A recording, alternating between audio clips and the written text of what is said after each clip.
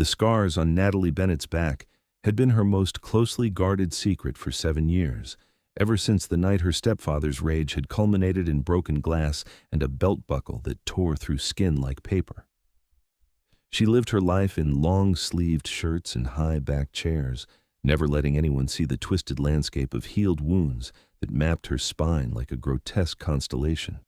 Tonight, standing in the marble bathroom of the Crimson Eclipse nightclub, where she worked as a bookkeeper, she stared at her reflection and wondered why she'd agreed to attend the owner's private gala upstairs. Her boss, Miranda Chen, had been insistent. The club's mysterious new investor wanted to meet the entire management team, and Natalie's absence would be noted. So she'd chosen a dress with a back that dipped dangerously low, then covered it with a black silk shawl that she'd triple knotted around her shoulders. The fabric felt like a security blanket and a prison all at once. The elevator to the penthouse suite hummed softly as it climbed, and Natalie's stomach churned with each passing floor.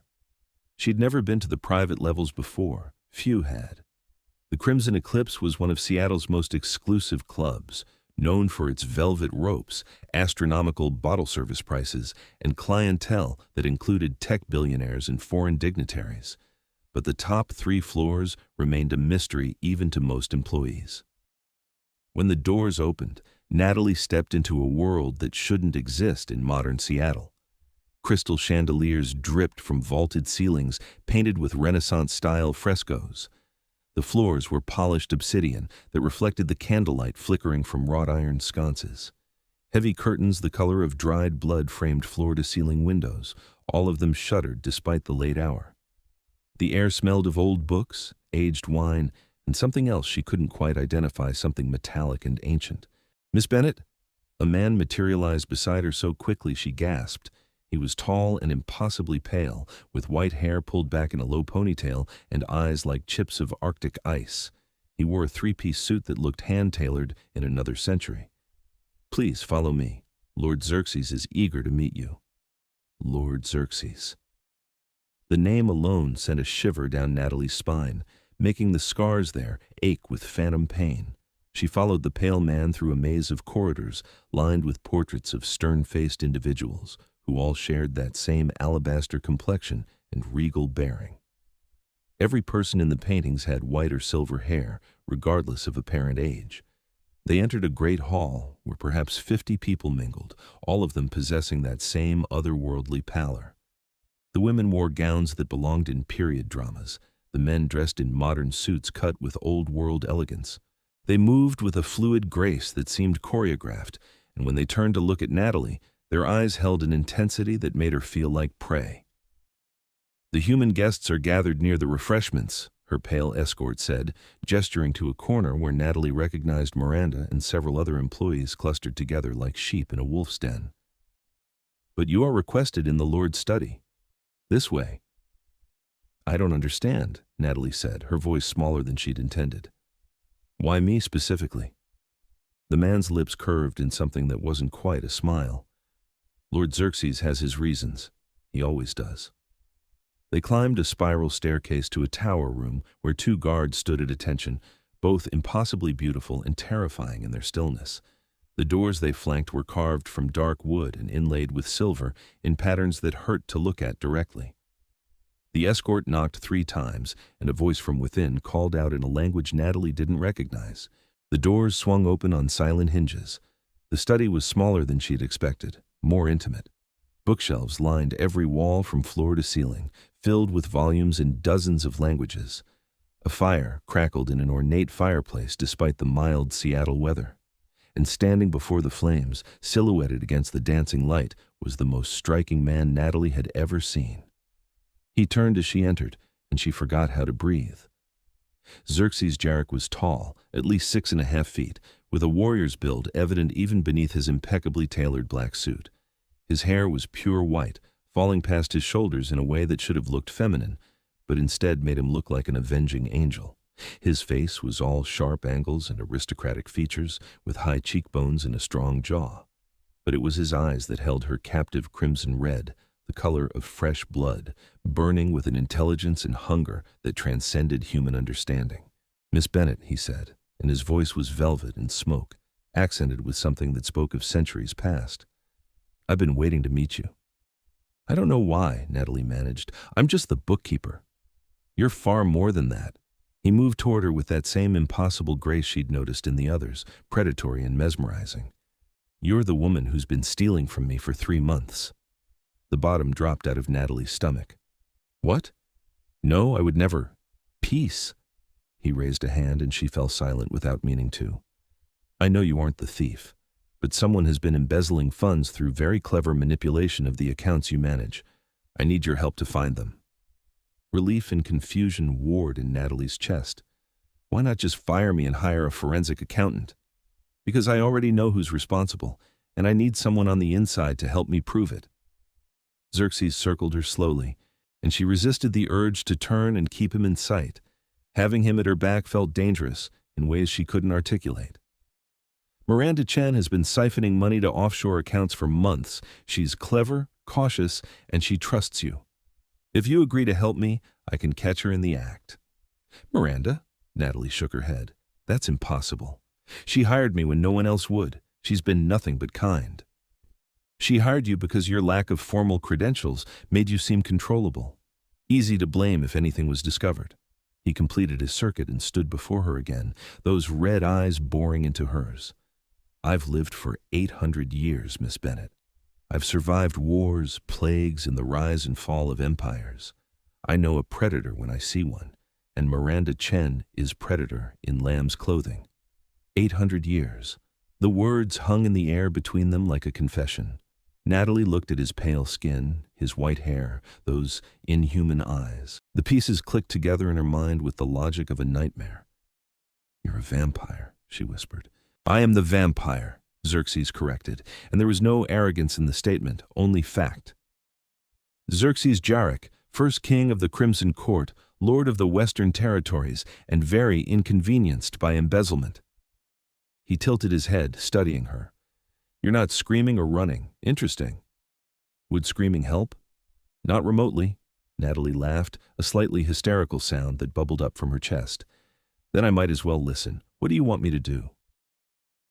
For the first time, something like approval flickered in those ancient eyes. "I want you to continue your work as normal, but document everything Miranda does. She's planning something larger than simple theft. I need to know what." "And if I refuse?" "Then I'll find another way. And you'll lose the first job that's given you independence since you fled your stepfather's house 7 years ago." He said it gently, but the words still hit like a blow. "Yes, Miss Bennett. I know your history. I know everything about everyone who works in my establishment. It's how I stay alive." Natalie's hand instinctively went to her shoulder, touching the shawl that hid her secrets. "You don't know everything. Don't I?" He moved closer, close enough that she could see the inhuman perfection of his skin, not a pore or blemish visible. "You wear concealing clothes in all weather. You never go to the beach with coworkers or attend the gym. You shower in the bathroom stall at work rather than the communal area. You're hiding something you believe makes you unworthy of being seen."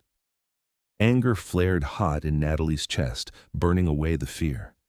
"You have no right. I have every right to know who I'm trusting with a task that could save or destroy my court." His voice remained calm, but power thrummed beneath the words. "But I won't force you to reveal what you wish kept hidden. Your body is your own. Miss Bennett, I'm merely pointing out that everyone has secrets. Mine just happened to include an allergy to sunlight and a diet that would horrify you." The casual mention of drinking blood should have sent her running. Instead, Natalie found herself curious. "Why do you care about the money? You're a vampire king. Surely you have more wealth than you could spend in 100 lifetimes." 800 years of careful investment does result in comfortable circumstances, Xerxes agreed. "But Miranda isn't stealing for herself. The accounts she's funneling money to belong to the Covenant of the Silver Dawn. They're vampire hunters, Miss Bennett. Fanatics who believe my kind are demons that must be purged from the earth. If they're funding an operation in Seattle, it means they're planning to attack my court. I need to know when and how." The gravity of the situation settled over Natalie like a heavy cloak. This wasn't about money at all. It was about survival, about war. "How many vampires are in your court?" "In Seattle?" 237. Many have lived here for decades, building lives and businesses and families. He turned back to the fire, and the light cast his profile in sharp relief. The covenant doesn't distinguish between those of us who follow the old laws and those who've gone rogue. They'll kill indiscriminately, and they won't care about the humans caught in the crossfire. So yes, Miss Bennett, I care very much about the money. Natalie thought of the pale, graceful people mingling downstairs. Monsters, according to legend. But they'd seemed more like an elegant society, following rituals and rules that predated modern civilization. What are the old laws? No killing humans without just cause. No turning humans without their informed consent. No exposing our existence to the wider world. No feeding to the point of death unless in self-defense. Xerxes listed them without turning. There are others, more complex, but those are the foundations. Break them, and you face judgment from the Council of Kings. Are there many of you? Kings? 7 worldwide, each ruling a territory. I'm the youngest at 8 centuries. The oldest, Constantine of the Eastern Court, has lived for 3,000 years. Now he did turn, and his expression was almost fond. He's insufferable at parties, always going on about the Bronze Age. The absurdity of a vampire king complaining about a social bore made Natalie laugh again, this time genuinely. You're not what I expected. What did you expect? A monster in a cape, lurking in shadows and cackling about my evil plans? Something like that, yes. I saved the cape for special occasions. Was he joking? The slight quirk of his lips suggested he might be. Will you help me, Natalie Bennett? I can offer you protection, resources, and a substantial bonus once this is resolved. More importantly, I can offer you the truth about a world that exists alongside your own. She should say no. Every survival instinct she possessed screamed at her to run, to quit her job, to leave Seattle entirely. But something in Xerxes's crimson eyes held her captive. He'd been honest with her, terrifyingly so. He'd respected her boundaries even while demonstrating how easily he could violate them. And beneath his regal bearing and ancient power, she sensed a weariness that resonated with her own. I'll help you, she said. But I have conditions. Name them. You don't lie to me about anything. I can't help you if I don't know what I'm walking into. Agreed. You don't use any vampire powers to control my mind, or make me forget things, or whatever else you can do. I can't read minds or alter memories. Those are talents reserved for the very old and powerful, which I'm apparently not despite my advanced age. He said it with dry humor. But I agree to your terms. Anything else? Natalie hesitated, then decided to risk it. Why did you really choose me? There are other employees, other ways to investigate Miranda. Why bring a human into vampire politics? Xerxes studied her for a long moment, and she had the sense he was deciding how much truth to share. Finally, he spoke. Because 3 months ago, I watched you confront a man harassing one of the bartenders. He was twice your size and drunk enough to be violent, but you stepped between them without hesitation. You got a black eye for your trouble, but you didn't back down until security arrived. He moved closer again, and Natalie's pulse quickened.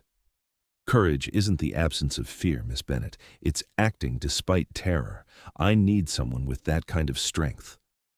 The memory of that night flooded back the bartender's frightened face, the drunk's meaty fists, the sickening crunch of his knuckles against her cheekbone. She'd been terrified, but the alternative had been watching someone else get hurt when she could do something about it. Okay, she said softly. Tell me what I need to do. For the next hour, Xerxes outlined his plan. Natalie would continue her normal duties, but pay special attention to Miranda's meetings and communications. He'd provide her with a secure phone that couldn't be traced or hacked.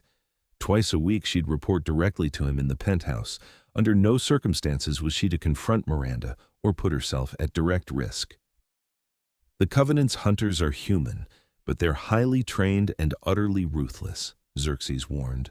They use silver weapons, blessed ammunition, and tactics designed to exploit vampiric weaknesses. If they discover you're helping me, they won't hesitate to eliminate you as a collaborator. Comforting, Natalie muttered.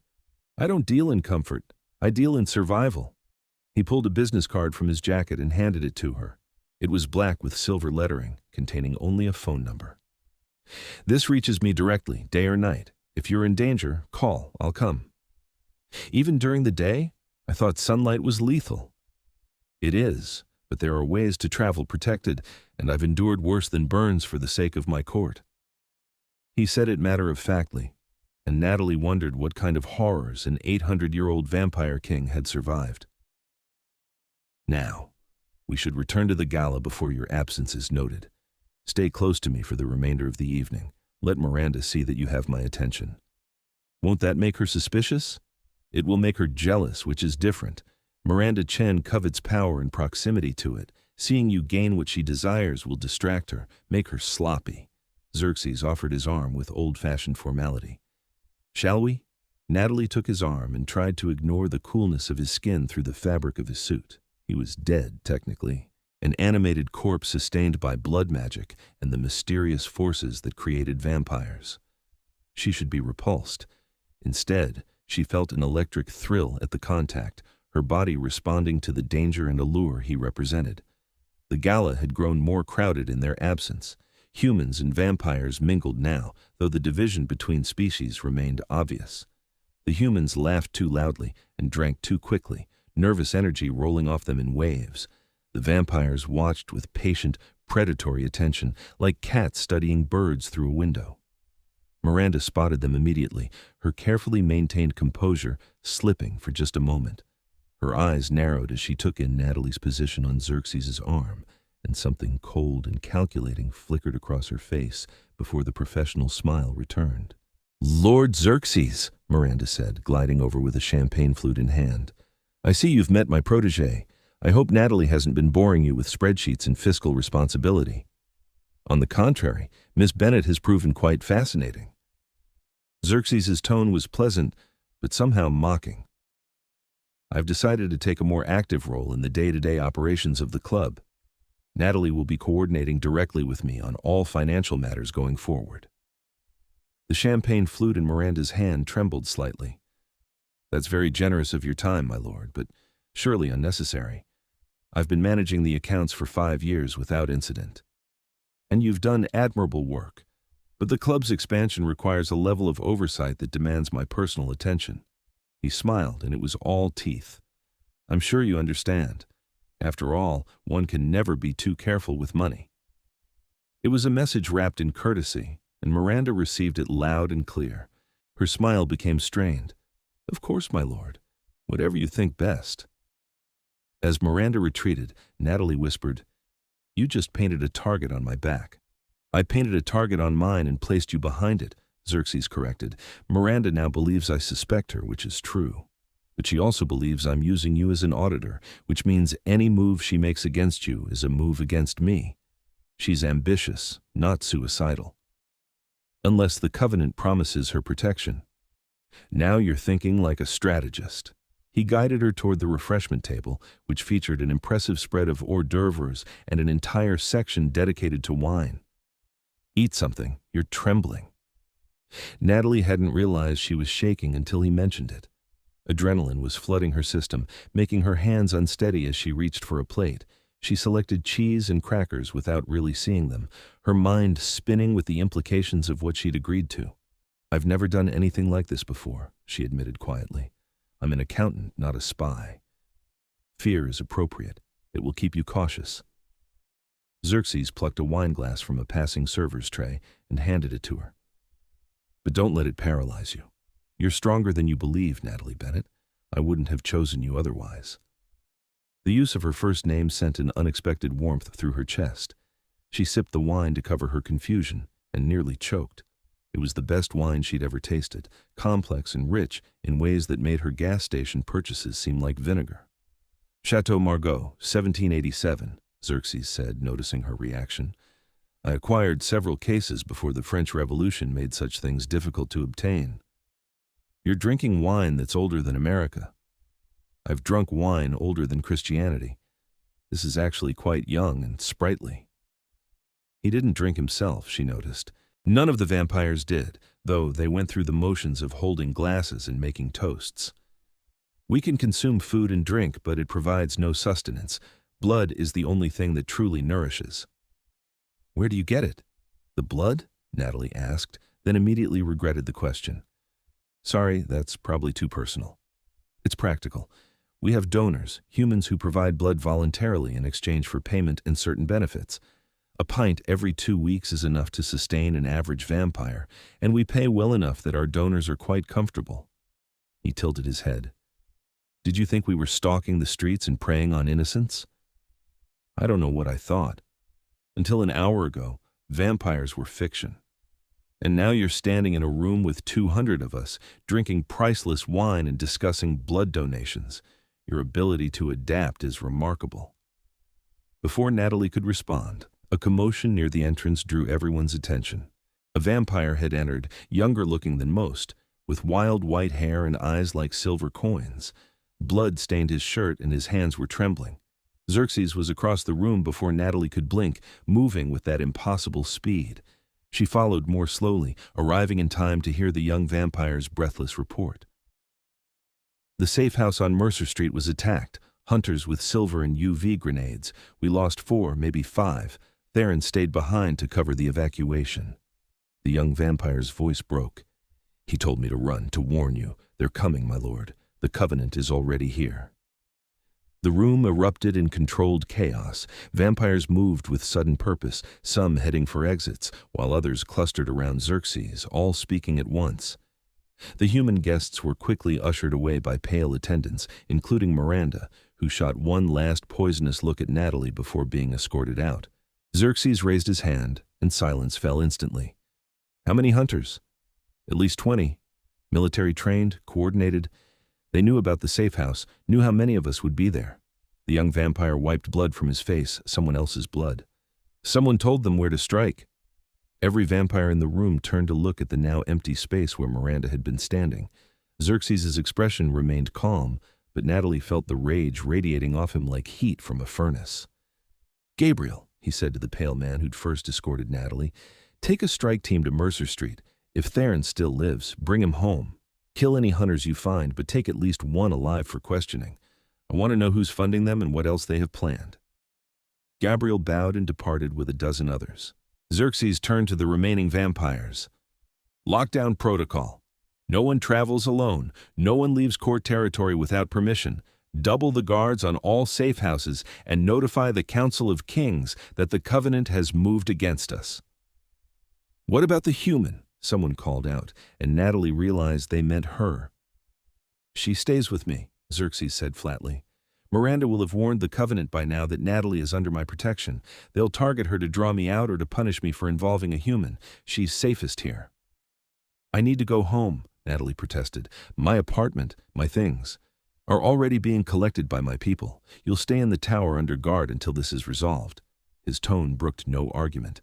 This isn't a request, Miss Bennett. You're in the middle of a war zone now, whether you intended it or not. Terror and indignation warred in Natalie's chest. You can't just kidnap me. I'm not kidnapping you. I'm protecting you. Xerxes finally looked at her, and the ancient power in his eyes made her breath catch. Miranda will have told them everything she knows about you, including where you live. The Covenant will be watching your apartment, waiting for you to return. If you go home, you die. It's that simple. The blunt statement hit like a physical blow. This was real. People vampires had died tonight, and she could be next. The wine she'd drunk threatened to come back up. I don't want to die, she whispered. Then stay. His voice gentled fractionally. I give you my word, Natalie, that no harm will come to you while you're under my protection. You'll have your own room's privacy and freedom to move within the penthouse. But you cannot leave. Not yet. She wanted to argue, to assert her independence and agency. But the fear was too sharp, too immediate. So she nodded, and Xerxes' shoulders relaxed slightly. Come, I'll show you to your quarters. He led her back up the spiral staircase, but instead of returning to his study, they continued to another level she hadn't seen before. The corridor here was narrower, more intimate, with doors spaced far apart. Xerxes opened one to reveal a bedroom that could have graced a luxury hotel. The bed was enormous, draped in dark silk sheets and surrounded by heavy curtains. Windows lined one wall, all shuttered tightly. A door led to what Natalie assumed was a private bathroom, and another opened onto a sitting area with bookshelves and comfortable chairs. It was beautiful and terrifying in its implications. "This is the guest wing," Xerxes explained. "You'll have complete privacy. The bathroom is stocked with toiletries, and your clothes should arrive within the hour. If you need anything, there's a phone on the nightstand that connects directly to the staff. And if I try to leave? The guards will stop you, gently but firmly." He moved to the windows and checked each shutter personally, ensuring they were secure. "These windows face east. During the day, sunlight streams through here, which means you'll be safe from any vampire who tries to enter without your permission. It's the most defensible room in the tower for a human." The consideration in that statement struck her. He'd thought about her safety, planned for contingencies. "Thank you," she said quietly. Xerxes paused at the door. "I'm sorry you've been drawn into this. If I'd known Miranda would act so quickly, I would have handled things differently." "Would you have let her continue stealing if it meant keeping me out of danger?" "No, but I might have been more subtle in my approach." He smiled faintly. "Subtlety has never been my strongest attribute. I was a warlord before I was a king. Sometimes I forget there's a difference." After he left, Natalie collapsed onto the bed and let herself shake. The enormity of the night crashed over her in waves. Vampires were real. She'd agreed to spy on her boss, and now she was trapped in a tower while a war raged outside. It was too much, too fast. But beneath the fear, she felt something else. A strange exhilaration, a sense that her small, carefully controlled life had exploded open into something vast and terrifying and alive. For 7 years she'd been hiding, making herself small and invisible to avoid being hurt again. And in one night, Xerxes had seen her, really seen her, and called her courageous. She fell asleep still in her dress, the black shawl wrapped tightly around her shoulders. Morning arrived, with pale sunlight filtering around the edges of the shutters. Natalie woke disoriented, momentarily forgetting where she was until memory returned in a rush. She was in a vampire's tower, under protection from an ancient king, while humans and vampires fought a shadow war in the streets of Seattle. The bathroom was, as promised, fully stocked. Natalie showered in water hot enough to turn her skin pink, then wrapped herself in a plush robe she found hanging on the door. Her clothes had indeed arrived, not just what she'd need for a day or two, but her entire wardrobe, neatly organized in the room's spacious closet. Someone knocked as she was getting dressed. She opened the door to find a vampire woman with white hair in an elaborate braid and eyes like polished jade. She carried a tray laden with breakfast foods. "Good morning, Miss Bennett. I'm Isolde. Lord Xerxes asked me to bring you breakfast and answer any questions you might have." Isolde's accent was vaguely European, her manner formal, but not unfriendly. "May I enter?" Natalie stepped aside, and Isolde set the tray on a small table near the windows. The smell of fresh coffee and pastries made Natalie's stomach growl, reminding her she'd barely eaten the night before. "How bad was it?" Natalie asked as she poured coffee. "The attack on Mercer Street? We lost 5 vampires, all of them young by our standards. The youngest was only 80 years old." Isolde's expression remained composed, but sorrow flickered in her eyes. "Theron survived but was badly burned by UV exposure. He'll recover, but it will take time." "I'm sorry. War always costs us. The Covenant has been a thorn in our side for centuries, but they've grown bolder in recent decades. Technology has made them more dangerous." Isolde settled into a chair with the grace that seemed universal to vampires. "Lord Xerxes wants you to know that Miranda Chen was found dead this morning in her apartment. Single gunshot wound to the head, made to look like suicide." The coffee turned to ash in Natalie's mouth. "The Covenant killed her?" "Almost certainly. She'd outlived her usefulness and knew too much. The hunters are thorough about eliminating loose ends." Isolde's tone was matter-of-fact. "They'll have erased her connection to them, which means we've lost our lead on their larger plans." "So I risked everything for nothing," Natalie said bitterly. "You risked everything because Lord Xerxes asked and because you're brave. The outcome doesn't change that." Isolde stood, smoothing her dress. "He's in his study if you'd like to see him. I suspect he could use the company. Days like this remind him too much of past wars." After Isolde left, Natalie sat with her breakfast and tried to process Miranda's death. She hadn't liked the woman, especially after learning about the embezzlement, but she hadn't wished her dead either. The casual cruelty of the Covenant chilled her. They recruited a desperate woman, used her, then discarded her like trash. She found Xerxes exactly where Isolde had said, standing before his fireplace despite the morning warmth. He'd changed into simpler clothes, black pants and a white shirt with the sleeves rolled up, revealing forearms corded with muscle and marked with scars that looked like they'd been made by blades and claws. "You're hurt," Natalie said, noticing the faint burns on his hands. "I went to Mercer Street after Gabriel returned.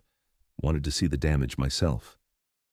He didn't look at her, his gaze fixed on the flames. "Theron was a friend.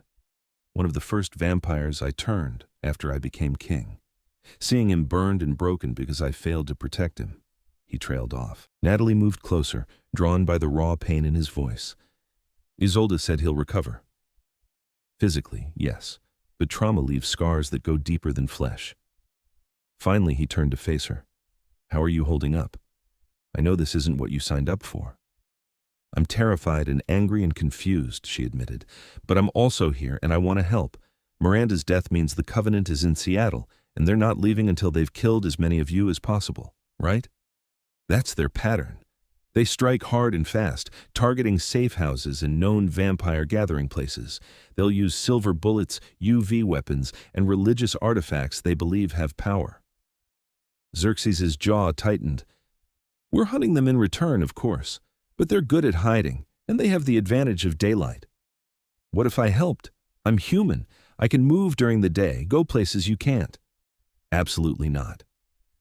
His response was immediate and firm. "You're not a soldier, Natalie. I won't send you into danger. You already have. Miranda's dead, which means the Covenant knows I was helping you. I'm a target whether I hide here or fight back." She crossed her arms, meeting his crimson gaze without flinching. "Use me. I can be bait or a scout or whatever you need. Just don't make me sit here uselessly while people die." Xerxes studied her for a long moment. "You really are remarkably brave. Or possibly insane. I haven't decided which. Can it be both?" That surprised a laugh from him, breaking the tension. "Very well. But you follow orders exactly. No improvisation. And you're never without a guard. Deal." For the next 3 days, Natalie became a strange hybrid of prisoner and operative. She attended meetings with Xerxes and his inner circle, learning the structure of vampire society and the politics that governed their world. She studied maps of Seattle marked with safe houses and suspected Covenant locations, and she began to understand just how precarious the peace between humans and vampires really was. Most humans didn't know vampires existed. Those who did either served the courts as donors and employees, or they joined organizations like the Covenant dedicated to vampire extinction. It was a Cold War fought in shadows, with both sides maintaining secrecy to avoid widespread panic and bloodshed. "If humans knew the truth, there would be mass hysteria," explained Constantine, an older vampire with silver hair and eyes like storm clouds who served as Xerxes' second in command. Governments would mobilize militaries, nuclear weapons might even be considered. The Covenant's extremism would become mainstream. "And if vampires decided to stop hiding?" Natalie asked. "We'd win in the short term through superior strength and speed.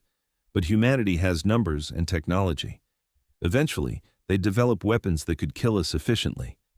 It would be genocide on both sides." Constantine's expression was grim. "The current arrangement, imperfect as it is, allows both species to coexist. Unless fanatics like the Covenant destroyed that balance, which was exactly what they seemed determined to do." On the 4th day, scouts reported a possible Covenant safe house in an abandoned warehouse near the waterfront. Xerxes immediately began planning a raid, and Natalie saw her opportunity. "Let me go in first," she said during the strategy meeting. "I'm human. If they're watching, they won't see me as a threat." "Out of the question." Xerxes didn't even look up from the map he was studying. "I could plant listening devices, count how many of them there are, maybe even identify their leader." Natalie pressed on despite his dismissal. "You said yourself that the element of surprise is everything. If you attack blind, You might walk into a trap. If you go in and they recognize you from Miranda's intel, they'll torture you for information before killing you." Now he did look at her, and his eyes burned. "I will not risk you that way. It's not your choice. I'm volunteering. And I'm refusing." He returned to the map with finality. Natalie felt frustration boil over.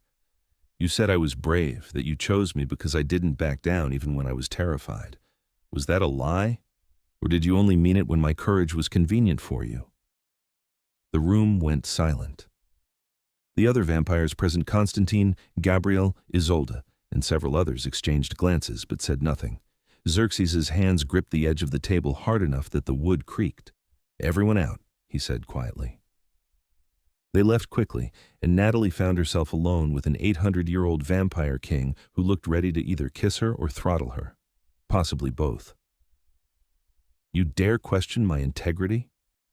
His voice was soft and infinitely more dangerous than shouting would have been. "I dare point out that you're letting fear make your decisions." Natalie refused to back down, even as instinct screamed at her to run. "You're afraid of losing another person you feel responsible for. But keeping me locked away doesn't keep me safe. It just makes me useless." "I'm not afraid," Xerxes bit out. "Yes, you are. You're terrified. I can see it in the way you hover, the way you've assigned 3 guards to watch me even though I'm in the middle of your stronghold. You're afraid the way I'm afraid." She took a step closer. "I'm scared every single day, Xerxes. Scared someone will see my scars and ask questions I don't want to answer. Scared I'll end up back in a situation where I'm helpless and hurting, but I can't let that fear control me or I'm not really living at all." Something shifted in his expression. The anger drained away, leaving exhaustion in its place. "What did he do to you? Your stepfather?" Natalie's hand went instinctively to her shoulder. "It doesn't matter. It matters to me." He moved closer, and his voice gentled. "You're right that I'm afraid. I've lost so many people over the centuries, watched them die because I wasn't strong enough or fast enough or smart enough to save them. The idea of losing you." He stopped, seeming to struggle with the words. "In 4 days, you've become important to me. I don't fully understand it myself." Her heart hammered against her ribs. "I'm just a human. You'll live for another 1,000 years after I'm dust. Which makes every moment with you precious beyond measure." He raised a hand as if to touch her face, then stopped himself. "I'm not accustomed to caring for someone I barely know. It's unwise and complicated, and completely illogical." "I feel the same way," Natalie whispered. "You're a vampire, a predator. I should be running from you, not arguing to put myself in danger for your sake." "Then we're both fools." He finally bridged the distance, cupping her face with hands that had killed and conquered, but held her with infinite gentleness. "If you do this, if you go into that warehouse, you follow my instructions exactly, and you wear a tracking device so I can find you if things go wrong. Deal." He kissed her then, and it was nothing like she'd imagined. His lips were cool but not cold, firm and demanding in a way that sent heat pooling low in her belly. She gasped, and he took advantage, deepening the kiss with a hunger that felt barely restrained. When they finally broke apart, both were breathing hard. "That was unwise," Xerxes said, but he didn't let her go. "Probably. May want to do it again?" This time, when he kissed her, it was slower, more thorough. His hands slid into her hair, careful not to pull, and Natalie pressed closer, feeling the solid strength of him against her. She'd never felt so safe and so endangered simultaneously, balanced on the knife's edge between terror and desire. When they parted again, Xerxes rested his forehead against hers. "If anything happens to you tomorrow, I will raze that warehouse to the ground and paint the walls with the blood of everyone inside." "Romantic," Natalie managed, though her voice was shaky. "I'm a vampire king, not a poet. Bloodshed is how we express strong emotion." She laughed and let him hold her, trying not to think about the mission tomorrow or all the ways it could go wrong. For now, in this moment, she felt seen and wanted in a way she'd never experienced before. Xerxes knew she was hiding something, knew she was broken in ways she'd never shared, and he wanted her anyway. But she couldn't shake the feeling that her secrets would eventually shatter whatever was building between them. No one had ever seen her scars and not recoiled. Why would a vampire king, beautiful and powerful and perfect, be any different? The warehouse reconnaissance was scheduled for noon, when the sun was highest, and any vampires inside would be weakened. Xerxes fitted Natalie with a tiny tracking device disguised as a button on her jacket, as well as an earpiece so they could communicate. Gabriel and Isolde will be positioned on nearby rooftops, he explained as he adjusted the earpiece. They'll have silver rounds loaded with tranquilizers. If you need extraction, they can provide cover fire while you escape. And you'll be where? In a reinforced van 1 block away. Sunlight won't kill me instantly, but it will incapacitate me within minutes. I have to stay protected. The frustration in his voice was palpable. I hate sending you in while I hide like a coward. Natalie took his face in her hands, mimicking his gesture from the night before. You're not a coward. You're being smart. If you burn to death trying to save me, everyone loses. He caught her hands and pressed kisses to her palms. Come back to me. I will, I promise. The warehouse district was deserted at midday. Most businesses closed or operating with skeleton crews. Natalie approached the Target building on foot, trying to look casual despite her racing heart. The structure was exactly as described, 3 stories of crumbling brick, with most of the windows broken or boarded over. I'm going in, she murmured, barely moving her lips. Copy that. We have you on visual. Xerxes' voice in her ear was steady, calming. There's a side door that looks unsecured. Try that first. The door opened with a rusty screech that made Natalie wince.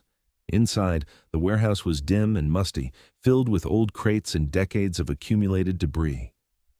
She moved carefully, testing each step before putting her full weight down. Voices filtered from somewhere above, male voices discussing coordinates and timing. Natalie's pulse spiked as she crept closer to a stairwell.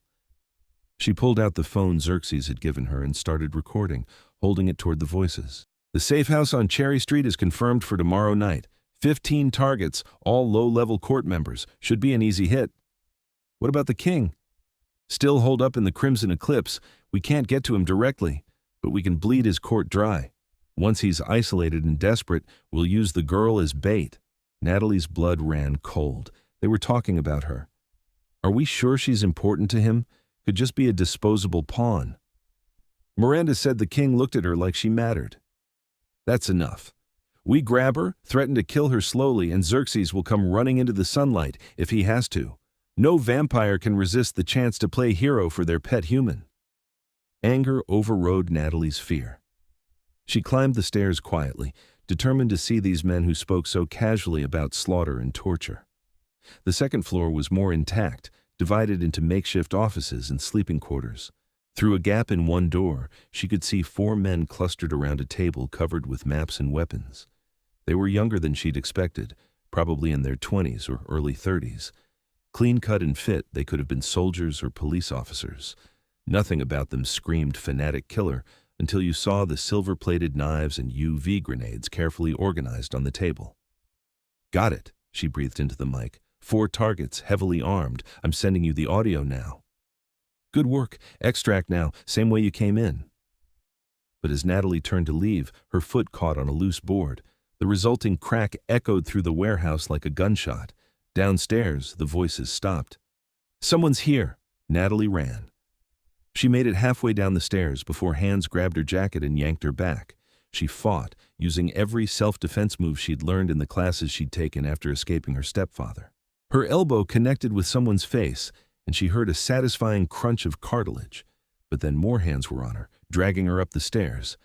We've got a spy, one of the hunters called out, shoving Natalie into the room with the others. Looks like our bait just delivered herself. Xerxes' voice crackled in her earpiece. Natalie, hold on, we're coming. No, she managed to shout before one of the hunters ripped the earpiece away and crushed it underfoot. Don't come, it's a trap. A hand cracked across her face, and stars exploded across her vision. Natalie tasted blood, but she kept her mouth shut. If they thought she'd broken the connection before warning Xerxes, they might not know he was already mobilizing. Search her for tracking devices, the leader ordered. He was the oldest of the group, maybe 40, with salt and pepper hair and dead eyes. Then tie her up. We're moving the timetable. Send word to the other teams tonight we move on every safe house simultaneously. The king will have to choose which of his people to save, and while he's distracted, we'll hit the Crimson Eclipse directly. They found the tracking device within seconds and destroyed it.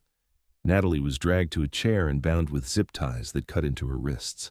She tried to stay calm, tried to think like Xerxes would. He knew she was in trouble. He'd come for her, but carefully, with a plan. Unless he did something stupid like charge into a building full of hunters with UV weapons, because he was afraid of losing her. Please be smart, she thought desperately. Please don't get yourself killed for me. The hunters were packing their weapons when glass shattered somewhere below. Someone screamed, then was cut off abruptly. More sounds of chaos filtered up, breaking wood, gunshots, inhuman snarls that made Natalie's skin prickle. "We're under attack!" one of the hunters shouted, and they grabbed their weapons, abandoning the maps and Natalie in their rush to meet the threat. She struggled with the zip ties, but they only tightened, cutting off circulation to her hands. The sounds of fighting grew louder screams, both human and inhuman, the sharp crack of gunfire, the smell of burning that made her think of UV weapons activating. Then Xerxes was there, moving through the doorway like smoke and shadow.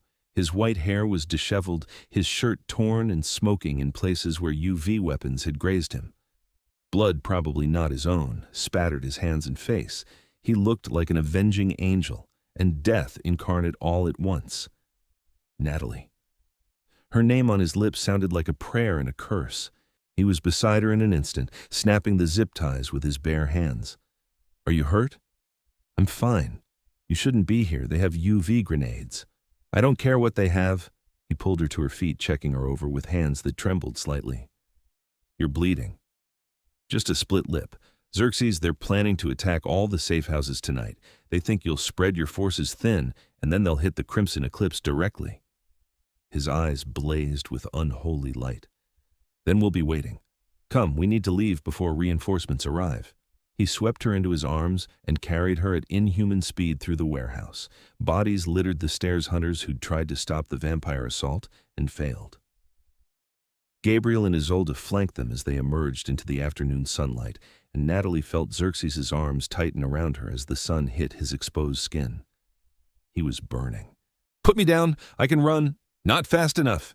He made it to the van, which had pulled up directly in front of the building, and practically threw Natalie through the open door before diving in after her. Constantine slammed the door shut, and the van peeled away from the curb.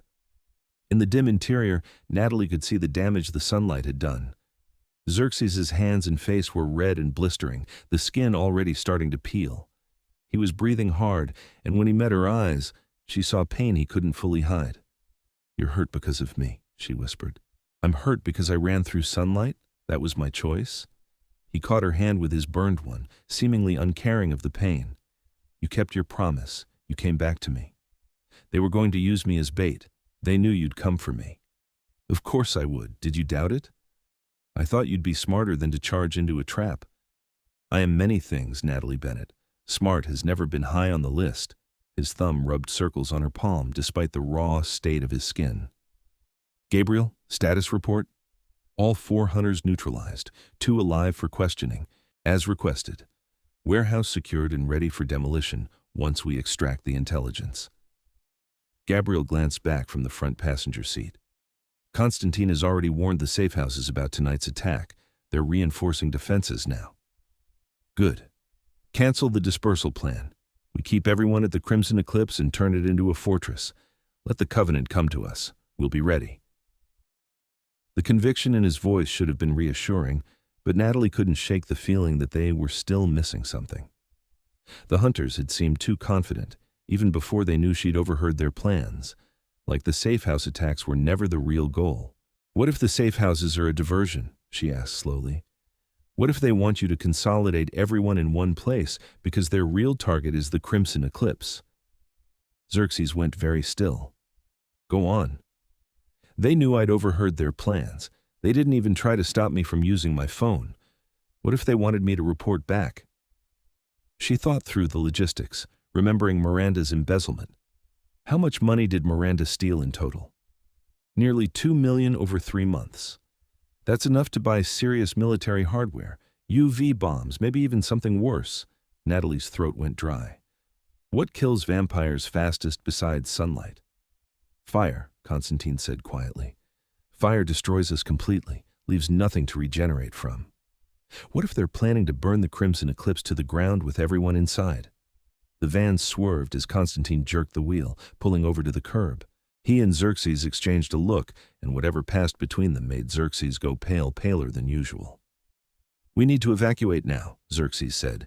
"Gabriel, call ahead. Tell them to abandon the club immediately, scatter to the secondary locations, move everyone." But even as he gave orders, sirens wailed in the distance, growing closer. Constantine turned on the radio, and a news broadcast crackled through. "Reports of a massive gas leak in downtown Seattle. Authorities are evacuating the area around the Crimson Eclipse nightclub. Fire department is on scene, but witnesses report seeing flames already visible from the street." The radio went silent as Constantine shut it off. In the awful quiet that followed, Natalie watched Xerxes' expression cycle through shock, denial, and finally rage so pure it made the air in the van feel electric. "How many of our people were in the building?" he asked, and his voice could have frozen blood. 50 at least. Maybe more." Gabriel's usual composure had cracked, grief showing through. "Some will escape if they move fast enough, but the flames will kill anyone who doesn't make it out in the first minutes." Xerxes slammed his fist against the van wall hard enough to dent the metal. "This is my fault. I consolidated our forces, made us an easy target. I played directly into their hands." "You couldn't have known," Natalie said, but the words felt hollow. Because he should have known. They all should have. The covenant had been too obvious, too easy to predict. And now vampires were dying because everyone had taken the bait. "Take us there," Xerxes ordered. "Now. My lord, there's nothing we can do." "I said take us there." Power rolled off him in waves, making Natalie's skin prickle with instinctive fear. "My people are dying. I will not hide while they burn." Constantine drove. What else could he do? They arrived to find the Crimson Eclipse engulfed in flames that reached toward the sky like grasping fingers. Fire trucks surrounded the building, but the firefighters weren't even trying to enter. They were focused on preventing the blaze from spreading to neighboring structures. Xerxes was out of the van before it fully stopped, and Natalie lunged after him. Isolde caught her around the waist, holding her back with inhuman strength. "Let me go. He's going to run into the fire. He's the king. We can't stop him." But Isolde's voice broke on the words. They watched Xerxes approach the burning building. Vampires were staggering out, some with their hair and clothes smoking, others carrying wounded companions. He moved among them with swift efficiency, organizing the evacuation, sending the strongest back into the flames to search for others. He was about to enter the inferno himself when a section of the roof collapsed, sending up a shower of sparks and a wave of heat that drove everyone back. Xerxes stopped at the threshold, his body taut with the need to act and the realization that going further meant certain death. Natalie finally wrenched free from Isolde and ran to him. She grabbed his arm, pulling him away from the building. "You can't save them if you're dead. Please, Xerxes." He looked at her, and the anguish in his eyes nearly destroyed her. "They're my people, my responsibility. And they need you alive to lead the ones who survived." She cupped his burned face, not caring if it hurt him. "You can't save everyone, but you can protect those left. That's what kings do." Gabriel appeared beside them. 32 confirmed dead, 23 wounded, but they'll recover. The rest are unaccounted for, probably escaped to secondary locations before the fire reached them. 32 dead. The number hung in the air like an epitaph. Xerxes closed his eyes, and when he opened them again, something had changed. The grief remained, but it was locked away behind walls of ice and fury. "Find out how they started the fire. I want names, locations, everyone who participated in this attack." His voice was eerily calm. "And send word to the Council of Kings. The Covenant has declared open war. We will respond in kind." The next hours blurred together. The surviving vampires were moved to a series of safe houses across the city. The wounded were tended by donors trained in emergency medicine. And Xerxes, Gabriel, and Constantine interrogated the 2 hunters captured at the warehouse. Natalie wasn't allowed in the interrogation room, but she didn't need to be. The screams were enough. She waited in what had become their temporary headquarters, a luxury penthouse owned by one of the court's wealthier members. The views of Seattle were spectacular, the furnishings elegant, but none of it felt real. Not after watching a building burn with people trapped inside. Xerxes found her standing at the window, watching the city lights twinkle in the darkness. He moved behind her, close but not touching, and she could feel the heat of his anger radiating from him like a furnace.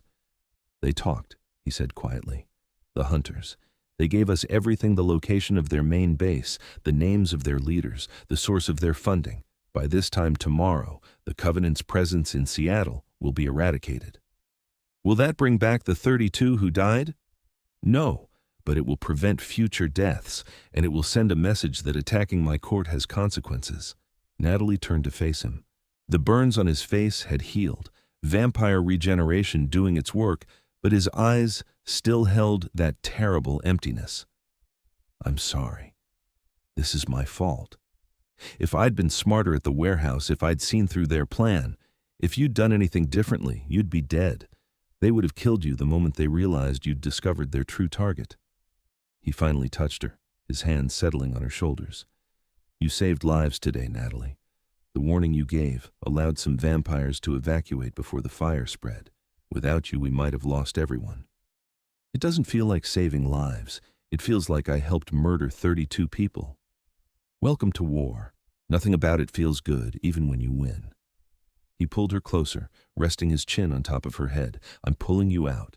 No more missions, no more danger. You've done more than enough." "What if I don't want to be pulled out?" "Then I'm pulling you out anyway." His arms tightened. "I can't lose you, Natalie. Not after today. Not ever." She should have argued, should have insisted on seeing things through. But the truth was, she'd had enough of danger and death.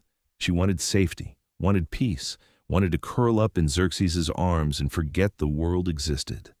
They stayed like that for a long time, drawing comfort from each other's presence. Eventually, Xerxes led her to a bedroom and held her while she cried for people she'd never met, but whose deaths weighed on her anyway. The raid on the Covenant's headquarters happened the following night. Xerxes led it personally, taking 50 of his best warriors and leaving no room for mercy. By dawn, the Seattle branch of the Covenant had been completely dismantled, their leaders dead, their soldiers scattered, their operations exposed to authorities who could be trusted with vampire secrets. It should have felt like victory. Instead, it felt like tragedy had simply been met with greater tragedy. Natalie threw herself into helping the survivors. She coordinated housing for those who'd lost homes, organized blood donations from trustworthy donors, and managed the complex finances of rebuilding. It kept her busy enough that she didn't have to think too hard about the violence that had touched her life. But at night, in the quiet hours, the fear crept back. She'd see flames in her dreams, smell smoke that wasn't there, and underneath it all lurked the certainty that someday Xerxes would see her scars and realize she wasn't worth the effort he'd invested. 3 weeks after the fire, Xerxes found her working late in their shared quarters.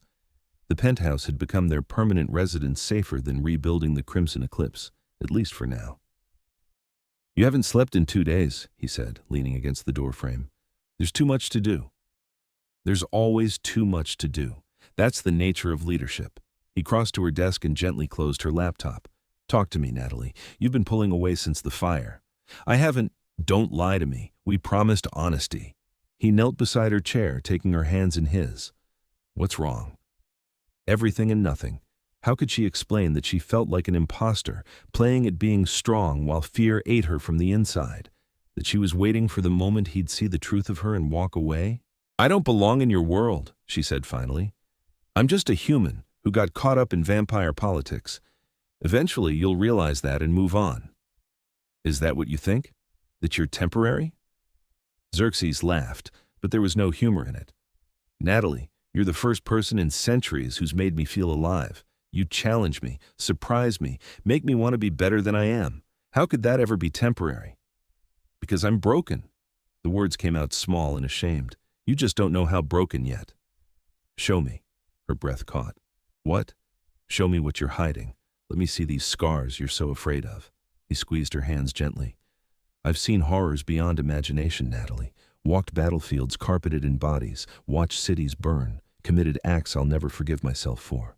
Whatever marks your body carries, I promise they won't frighten me. They're ugly. They're part of you. Therefore, they're beautiful." The simple certainty in his voice broke something inside her. Natalie stood on trembling legs and turned her back to him. Her hands shook as she reached for the zipper of her dress, slowly pulling it down. The fabric parted, exposing the twisted landscape of scar tissue that covered her back from shoulders to waist. She waited for the sharp intake of breath, the disgusted silence, the careful retreat. Instead, she felt cool fingers trace the longest scar, the one that ran diagonally from her left shoulder blade to her right hip. "Who did this to you?" Xerxes' voice was very soft, very controlled. "My stepfather. 7 years ago. I was 18, about to leave for college. He got drunk and decided to teach me a lesson about respect." The words came easier than she'd expected. Glass from a broken bottle, then his belt buckle when I tried to fight back. I ended up in the hospital for 3 days. When I got out, I ran and never looked back. More fingers traced more scars, cataloging each one with terrible gentleness. Then Xerxes pressed his lips to the worst of them, the raised keloid at the small of her back that never stopped aching. "Every mark tells a story of survival," he murmured against her skin. "You endured this and kept living. You rebuilt yourself from nothing. How could anyone see these as anything but proof of your strength?" He kissed another scar and another, working his way up her spine with reverent attention. "You're perfect, Natalie Bennett. Perfect in your survival, perfect in your courage, perfect in every way that matters." Tears streamed down Natalie's face, but for the first time in 7 years, they weren't tears of shame. Xerxes turned her to face him, and the love in his ancient eyes took her breath away. "I see you," he said, "all of you. The scars you show the world and the ones you hide. And I love every part." She kissed him then, desperately, trying to convey what words couldn't. He responded with matching hunger, lifting her easily and carrying her to the bed. They undressed each other slowly, exploring scars both visible and hidden. His body bore the marks of 800 years' blade wounds that had healed crooked burn marks from UV exposure, even what looked like old bullet holes. "We're both damaged," Natalie whispered, tracing a scar across his chest. "We're both survivors." He kissed her throat, her collarbones, the marks on her shoulders. "And we're stronger together than apart." They made love with the desperate intensity of people who'd faced death and come out the other side.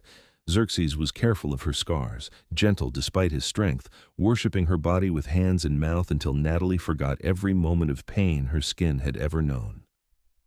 When they finally came together, it felt like coming home. Afterward, lying tangled in sheets in each other, Natalie felt something shift inside her. The fear that had ruled her for 7 years loosened its grip. Xerxes had seen her worst secret and loved her anyway. Maybe, just maybe, she could stop running. "Move in with me," Xerxes said suddenly. "Officially. Not as a temporary arrangement, but as partners. I already live here. You're staying here for safety. I want you to stay because you choose to, because you want this us as much as I do." He propped himself up on one elbow, looking down at her with vulnerable hope. "I know it's fast. I know I'm a vampire king with more baggage than any sane person should tolerate, but I love you, Natalie. I want to build a life with you, however long or short that life may be." "I'm going to age," she said softly. "I'll get old and wrinkled while you stay frozen in time. Eventually, I'll die, and you'll still be here. Then I'll treasure every moment more fiercely because they're finite." He cupped her face, thumbs brushing away tears she hadn't realized were falling. "I could offer to turn you, give you immortality, but that's a choice you'd need to make freely, without pressure. Whether you remain human or become vampire, I'll love you the same." The enormity of the offer struck her. Xerxes was offering her everything: love, protection, and potentially forever. All she had to do was be brave enough to take it. "Yes," she whispered, "to all of it. Moving in, building a life together, facing whatever comes. I love you, Xerxes Jarek. King or not, vampire or not, I love who you are." He kissed her with a tenderness that belied his predatory nature, and Natalie kissed him back, pouring 7 years of locked-away emotion into the contact. They were both damaged, both dangerous in their own ways, but together they were something more. Over the following months, life settled into a new rhythm. The Crimson Eclipse was rebuilt with improved safety features and stronger defenses. The surviving court members rallied around their king, stronger for having weathered the storm together. The Covenant's Seattle branch never recovered from the counterattack, and word spread through vampire networks that Xerxes Jarek's court was not to be trifled with. Natalie learned the intricacies of vampire politics, becoming Xerxes' advisor and eventually his representative in meetings with human authorities who knew about the supernatural world. She was good at bridging the gap between species, understanding both sides in ways neither could fully grasp on their own. Her scars remained, of course, but she stopped hiding them. Not constantly, she still preferred high-backed shirts and covered shoulders, but when it was just Xerxes and the court, people she trusted, she let herself be seen. And every time doubt crept in, Xerxes would find her and kiss each mark, whispering affirmations until she believed them again. A year after the fire, Xerxes took Natalie to a cliff overlooking the Pacific Ocean. The sun had just set, painting the sky in shades of blood and gold. He pulled a small box from his pocket and opened it, to reveal a ring, not diamond, but ruby, the color of his eyes. "I've lived 800 years, he said, and loved perhaps 3 times before you. But none of those loves felt like this, like finding the missing piece of myself I didn't know was gone. Marry me, Natalie. Let me spend whatever time we have being yours." She said yes without hesitation. They were married a month later in a ceremony that blended vampire tradition with human custom. The guest list included vampires from 7 courts, human donors, and even a few reformed hunters who'd defected from the Covenant. It was a celebration of 2 worlds coming together, and by the end of the night, Natalie couldn't remember ever being happier. On their wedding night, as Xerxes carried her over the threshold of their private chambers, Natalie looked at her husband and felt no fear. The scars on her back were part of her story, but they weren't the end of it. They'd brought her here, to this moment, to this love. "Thank you," she whispered against his lips. "For what?" "For seeing me, for loving me, for making me believe I deserve this." "You deserve everything," he set her down gently, reverently. "And I intend to spend eternity proving it." They had decades together before Natalie had to make the choice about turning. Decades of building a life, expanding the court, navigating human-vampire relations, and simply being together. And when the time finally came for her to decide whether to embrace immortality or accept mortality, she chose with full knowledge of what both paths meant. But that's a story for another time. Tonight, in this moment, Natalie Bennett Jarek stood in her husband's arms and felt complete. The girl who'd hidden her scars in shame was gone. In her place stood a woman who'd learned that the marks left by pain could become maps to strength. Xerxes kissed her scars one more time, and Natalie kissed the wounds on his chest, each of them honoring the battles the other had survived. They were imperfect and complicated, and utterly perfectly right for each other. "I love you," she said, "and I love you." He pulled her close, and in the safety of his embrace, Natalie finally let go of the last vestiges of fear. "My perfect, scarred, beautiful queen." Together, they faced the future, whatever it held, whatever challenges arose, whatever joys awaited. Because they'd learned the most important lesson of all. Strength isn't about avoiding damage. It's about healing, growing, and finding someone who loves you not despite your scars, but because they're part of what makes you extraordinary. And in a world of vampires and hunters, magic and politics, danger and intrigue, 2 scarred souls had found each other and built something neither could have achieved alone, a love that transcended species, time, and every wound they'd ever carried. The end.